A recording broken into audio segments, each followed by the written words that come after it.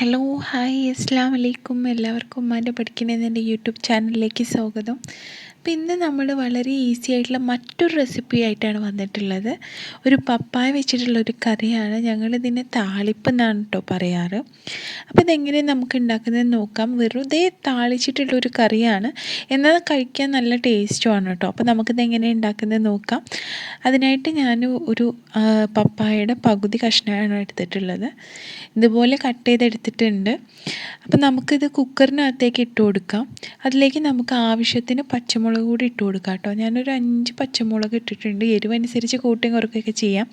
ആവശ്യത്തിന് ഉപ്പുകൂടെ ചേർത്തിട്ട് കുറച്ച് വെള്ളം, കുറച്ചെന്ന് പറഞ്ഞാൽ ഒരു അല്പം വെള്ളം മാത്രം ഒഴിച്ചു കൊടുത്തിട്ട് നമുക്കിതൊന്ന് വേവിച്ചെടുക്കാം.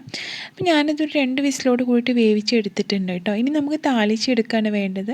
അതിനായിട്ട് ഞാൻ 2 ടീസ്പൂൺ വെളിച്ചെണ്ണ ഒഴിച്ചിട്ടുണ്ട്. അതിലേക്ക് കടുക് പൊട്ടിച്ചതിന് ശേഷം കറിവേപ്പിലയും അതുപോലെ തന്നെ ഉണക്കമുളകും കൂടി ഇട്ട് കൊടുക്കാം.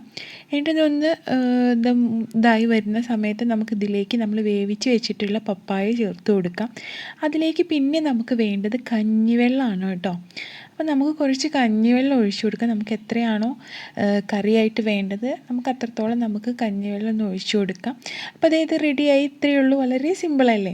അപ്പോൾ നിങ്ങളിത് വീട്ടിൽ തീർച്ചയായിട്ടും തയ്യാറാക്കി നോക്കണം. വളരെ ഈസി ആയിട്ടുള്ളൊരു റെസിപ്പിയാണ്. ബാച്ചിലേഴ്സിനൊക്കെ വളരെ പെട്ടെന്ന് ഉണ്ടാക്കിയെടുക്കാൻ പറ്റുന്ന ഒരു റെസിപ്പിയാണ്. അപ്പോൾ ഇത് ഉണ്ടായി കഴിഞ്ഞ് കഴിഞ്ഞാൽ നമുക്ക് ചോറ് അടിപൊളിയായിട്ട് കഴിക്കാനും പറ്റും കേട്ടോ. അപ്പോൾ നിങ്ങളിത് തയ്യാറാക്കി നോക്കുക. നിങ്ങൾക്ക് ഇഷ്ടപ്പെട്ടിട്ടുണ്ടെങ്കിൽ ലൈക്ക് ചെയ്യാനും ഷെയർ ചെയ്യാനും മറക്കരുത്. അതേപോലെ തന്നെ എൻ്റെ ചാനൽ സബ്സ്ക്രൈബ് ചെയ്യാനും മറക്കരുത്. അപ്പോൾ ഇൻഷാ അല്ലാഹ് നമുക്ക് വീണ്ടും കാണാം.